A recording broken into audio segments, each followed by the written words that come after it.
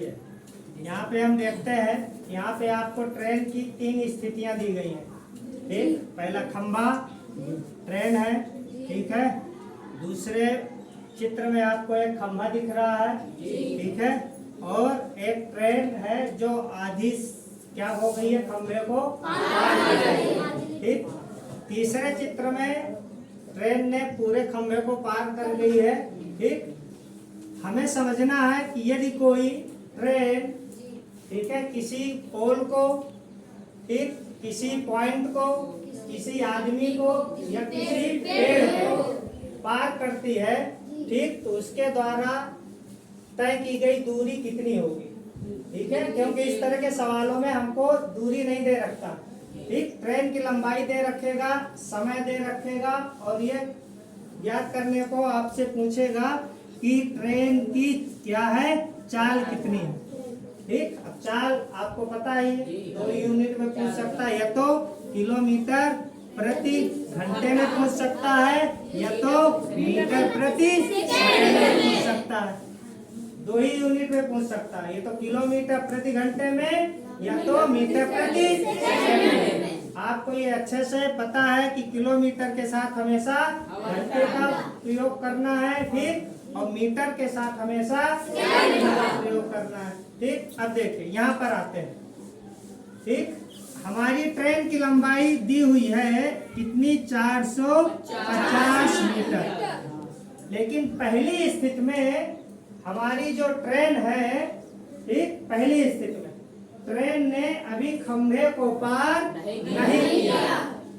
ठीक, सीधे ट्रेन क्या है, खंभे के जस्ट पास में खड़ी है और पार करने के उसमें है, इंतजार में है कि मैं जल्दी से क्या करूं, खंभे को पार करूं। लेकिन आप जरा सोचिए कि ट्रेन हमारी है 450 मीटर लंबी और खंभा हमारा कितना छोटा है, कितनी लंबाई का है, ट्रेन की लंबाई की तुलना में बिल्कुल छोटी लंबाई का। तो इस तरह के केस में जब भी हमारी ट्रेन कोई पोल को, खंभे को पार करे, ठीक है, बिजली के खंभे को पार करे, कोई बिंदु है उसको पार करे, कोई पेड़ हो उसको पार करने की बात करे, ठीक है, कोई आदमी को पार कर रही है ट्रेन, तो इस कंडीशन में, इस स्थिति में हम उन सारी की सारी लंबाइयां ट्रेन की लंबाई की तुलना में छोड़ देते हैं। ठीक है, ट्रेन की लंबाई की तुलना में इन सभी की लंबाइयां क्या कर देते हैं, छोड़ देते हैं। ठीक, अब देखिए पहली स्थिति हमारी क्या है, 450 मीटर लंबी ट्रेन है और एक खंभे को उसको क्या करना है, पार करना है। पार कितने सेकंड में करती है, देखिए 18 सेकंड में पार करती है। 18 सेकंड में कर रही है ना पार। अब देखिए, ठीक, तो इसमें हमें देखिए दूरी नहीं दी गई, ट्रेन की लंबाई दी गई है और खंभे को पार करने के लिए समय दिया गया, दूरी कहीं से भी नहीं दी गई। अब देखिए आपको दूरी कैसे निकालनी है। ठीक है, ठीक, तो देखिए ये हो गया खंभा, खंभे को कितने सेकंड में पार कर रही है ट्रेन, 18 सेकंड में। ट्रेन की लंबाई कितनी है, 450 मीटर। अच्छा ये बताइए, वही खंभा यहाँ पर है, ठीक, हमारी ट्रेन ने क्या किया, इतनी दूरी क्या कर दी, यानी कि ये देखिए मैंने 450 मीटर को, यानी कि जो ट्रेन की लंबाई है उसको मैंने यहाँ पर थोड़े से 2 टुकड़ों में कर दिए। ठीक, एक टुकड़ा ऐसा कि जो खंभे के आगे निकल गया है, पार हो चुका है, और एक भाग वो जो खंभे के अभी पीछे है, वो अभी सिर्फ पार कर रहा है धीरे धीरे। ठीक है, अच्छा ये बताइए कि ट्रेन ने अभी खंभे को कितनी दूरी में पार किया होगा,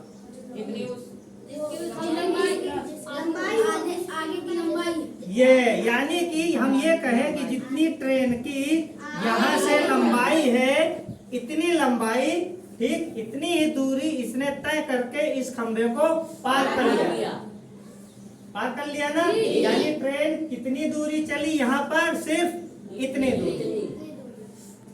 ठीक है, और ये अभी हमारी कितनी दूरी बाकी है पार करने के लिए? ये दूरी अभी आपकी बाकी है। लेकिन यदि हम अगले चित्र में देखें तो आपको ये समझ में क्लियर आएगा कि इस खंभे से अब जो हमारी ट्रेन है वो बिल्कुल क्या हो चुकी है? हो चुकी है। तो आप मुझे ये बताइए कि इस ट्रेन ने कितनी दूरी तय की होगी जमीन में कि ये खंभा पीछे छूट गया या इसको पार कर गया?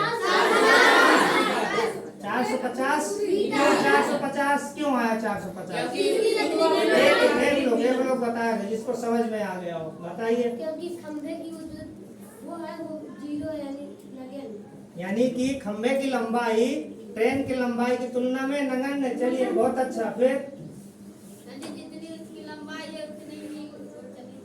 हाँ, ठीक, गुड। अब देखिए, इस ट्रेन यानी कि जमीन में हमारी इसको पार करने के लिए, ध्यान से सुनिएगा, इस खंभे को पार करने के लिए ट्रेन ने जमीन में कितनी दूरी तय की होगी? देखिए, यहाँ खंभा है आपका, ठीक है ना, खंभा यहाँ से, ठीक, यहाँ से पार करना स्टार्ट किया ट्रेन ने, और यहाँ से पार करते करते करते करते ट्रेन कहाँ तक गई?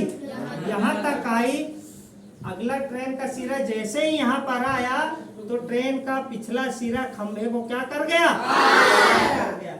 यानी कि हमने ये देखा कि जितनी ट्रेन की लंबाई है उतनी ही लंबाई की दूरी के बराबर ये वो जमीन में दूरी तय कर ले तो ट्रेन हमारी क्या हो जाती है? खंभे से पार हो जाती है।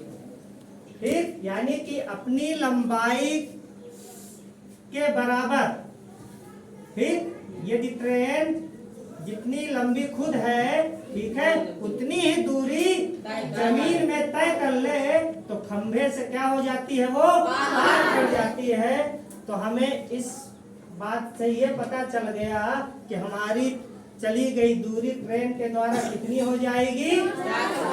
जितनी उसकी खुद की लंबाई है। तो हम चाल कैसे निकाल सकते हैं? चाल बराबर दूरी बटे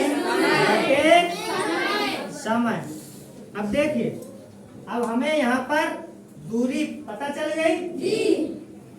दिए हुए है सवाल में ट्रेन की लंबाई, ठीक, लेकिन हमें वहीं से क्या निकाल आई है? दूरी। क्यों? क्योंकि जो ट्रेन है वो किसको पार कर रही है? खंभे को। इसलिए ट्रेन के द्वारा जो चली गई या तय की गई दूरी होगी वो कितनी होगी? जितनी उसकी लंबाई होगी, यानी कि 450 मीटर। मीटर में है ना, ये देखिए 450 मीटर बटे समय कितना लग रहा है पार करने में? 18 सेकंड। तो आपको कुछ नहीं करना है, 18 सेकंड रख देना, ठीक। अब इसको आपको क्या करना है?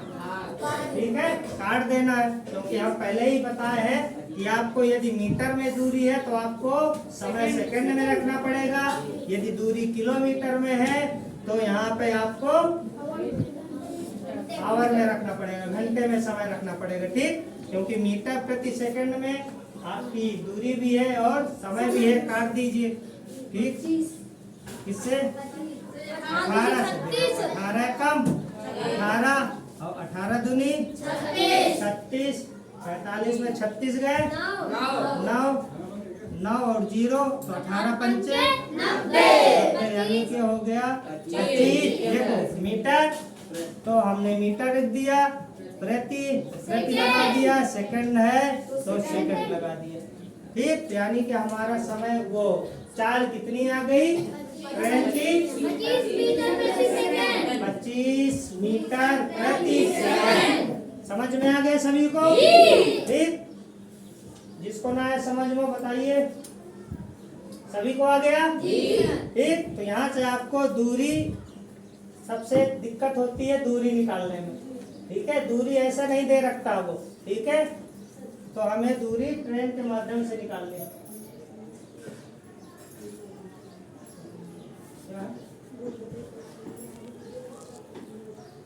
तो क्या हो गया?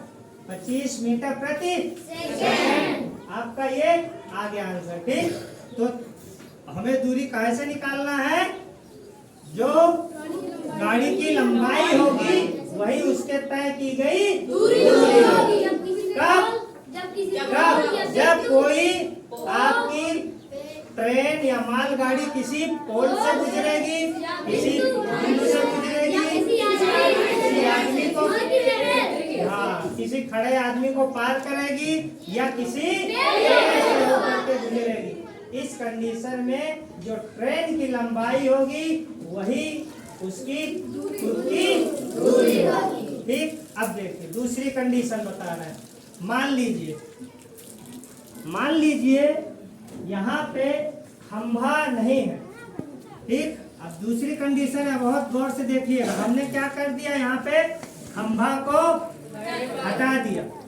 अब खंभे की जगह हमने ले लिया कि यदि कोई ट्रेन, ठीक, इसको भी हम रफ कर देते हैं।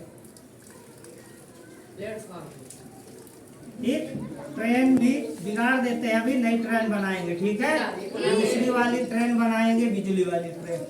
ठीक है, अब देखिए यदि पोल पॉइंट कोई आदमी या कोई पेड़ को ट्रेन नहीं गुजरती यहाँ से। ठीक है, अब वो गुजर रही है कहाँ से? किसी किसी प्लेटफॉर्म से गुजर रही है।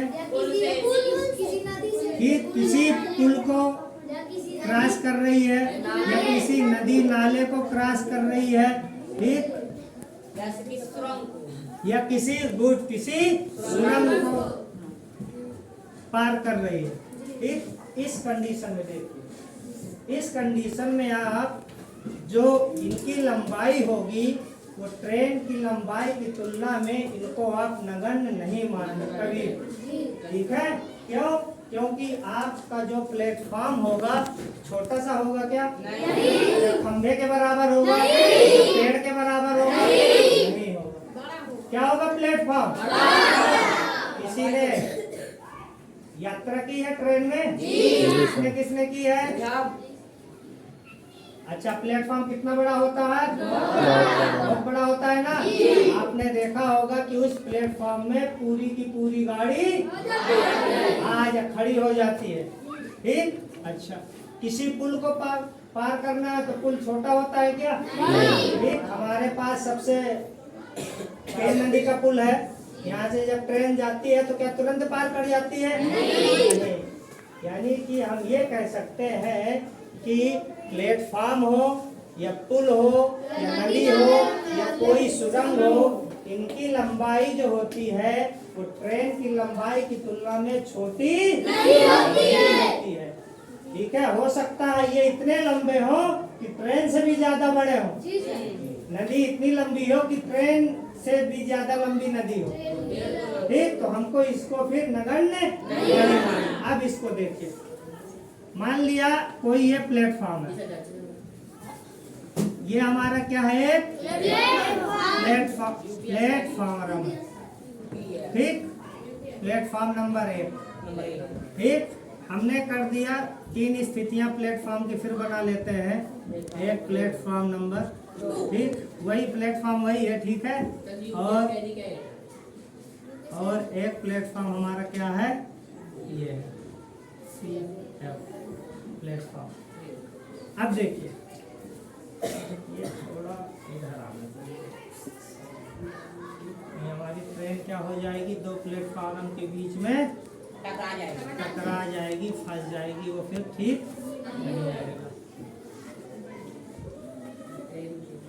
देखिए मैंने एक प्लेटफॉर्म बना दिया। आप प्लेटफॉर्म भी ले सकते हैं, नदी भी हो सकती है, ये नाला भी हो सकता है, सुरंग भी हो सकती है। हम एक प्लेटफॉर्म के उदाहरण से इसको समझते हैं। ठीक है, कि जब प्लेटफॉर्म को या कोई नदी को या किसी नाले को या सुरंग को कोई ट्रेन पार करती है तो उसके द्वारा तय की गई दूरी कितनी होती है? ठीक है, यहाँ पर अब वैसे ही दूरी नहीं निकलेगी जैसे हमने अभी पहले निकाला था। यहाँ पे थोड़ा दूरी अब चेंज होगी, देखना आप ही लोग बताएंगे। हमारी ट्रेन यहाँ पर बना दे, ट्रेन ये हमने एक क्या बना दी? ट्रेन बना दी। ठीक है, कौन सी? बिजली वाली ट्रेन बना दी।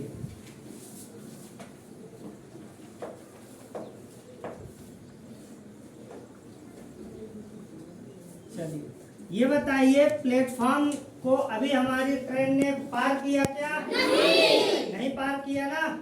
ठीक, इसको ट्रेन को क्या करना है? इस प्लेटफॉर्म को पार करवाना। और हमें ये पता करना है कि ट्रेन के द्वारा कितनी दूरी तय की गई। ठीक, अब देखिए हमारा प्लेटफॉर्म कितना है? 100 मीटर लंबा है। 100 मीटर लंबा। कितने लंबा प्लेटफॉर्म है? 100 मीटर का प्लेटफॉर्म। ठीक, और हमारी गाड़ी की लंबाई कितनी है? 200 मीटर हमारी गाड़ी लंबी है। ठीक, 200 मीटर लंबी एक ट्रेन 100 मीटर, ठीक है, 100 मीटर लंबे प्लेटफॉर्म को पार करने में कितना समय लेती है? आपको 36 सेकंड लेती है। जी सर। यानी कि यदि 200 मीटर की है आपकी ट्रेन है, ठीक है, और वो 100 मीटर लंबे प्लेटफॉर्म को पार करने में 3600 सेकंड लेती है, तो ये बताइए ट्रेन की चाल क्या है? ठीक, ये हमको क्या करना है? निकालना। लेकिन चाल के लिए हमें क्या चाहिए? चाल बराबर दूरी बटे समय। चलिए, दूरी बटे समय तो आपको पता है 3600 सेकंड है, लेकिन हम फंस जाते हैं दूरी में। जब दूरी कैसी होगी? दूरी तो यहाँ पर एक 200 मीटर भी दिख रही है, 100 मीटर भी दिख रही है, लेकिन अब हम दूरी कितनी मानेंगे? अब देखिए, आप समझिएगा बहुत ध्यान से, ठीक है। अगर इसको आपने समझ लिया और यहाँ समझ लिया तो जिंदगी में कभी आपको ट्रेन में, प्लेटफॉर्म में और इस तरह के सवालों में जिंदगी में कभी भी दिक्कत नहीं आएगी। क्योंकि जो चीज़ अब हम यहाँ पे अब पढ़ा रहे हैं वो बहुत थोड़ा सा लेवल का है। ठीक है, 9वीं 10वीं 11वीं जब आप रेलवे की पढ़ाई करोगे तो यही चीजें आएंगी। ठीक है, तो बहुत अच्छे से समझना है इसको। ठीक है, देखिएगा अभी प्लेटफॉर्म है हमारा, कितना लंबा है? 100 मीटर। गाड़ी की लंबाई कितनी है? 100 मीटर। ये हाँ 200 मीटर, सॉरी 200 मीटर गाड़ी की लंबाई। अब अगली स्थिति में हमने क्या किया? ये 100 मीटर तो लंबा प्लेटफॉर्म तो है ही है, ठीक, लेकिन अभी हमारी गाड़ी कहाँ है? अभी हमारी गाड़ी कहाँ पहुंच गई? यहाँ पर पहुंच गई।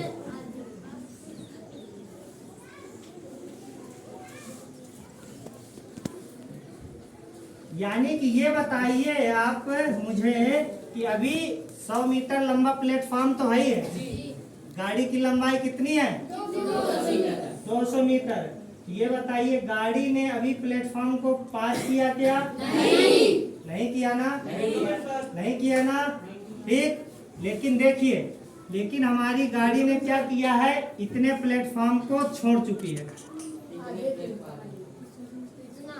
इतने प्लेटफॉर्म को छोड़ चुकी है। हमारा सवाल क्या कह रहा है कि गाड़ी प्लेटफॉर्म को 36 सेकंड में पार करती, अभी तो पार ही नहीं हुआ, अभी तो हमारा आधा प्लेटफॉर्म बचा, तो अभी कहाँ से पार किया? जबकि गाड़ी कहाँ निकल गई?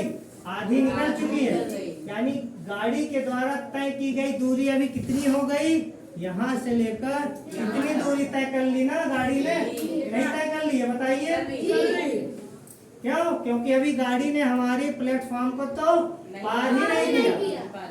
और प्लेटफॉर्म हमारा कहाँ से स्टार्ट है? यहाँ से स्टार्ट है। और गाड़ी कहाँ पहुँच गई? आधी यहाँ पहुँच गई। तो गाड़ी के द्वारा तय की गई दूरी कहाँ से हो गई हमारी? यहाँ से लेकर यहाँ लेंगे ना, यहाँ तक है ना अभी गाड़ी। ठीक, तो हमारी गाड़ी ने कितनी दूरी तय कर ली? यानी कि जितनी गाड़ी की लंबाई ये हो गई और जितनी प्लेटफॉर्म की लंबाई है, देखो ठीक आ गई ना। लेकिन अभी गाड़ी ने प्लेटफॉर्म को पार नहीं किया। अगली स्थिति देखिए, अगली स्थिति आप देखिए, अगली स्थिति से आपको सारी चीजें क्या हो जाएंगी? क्लियर हो जाएगी।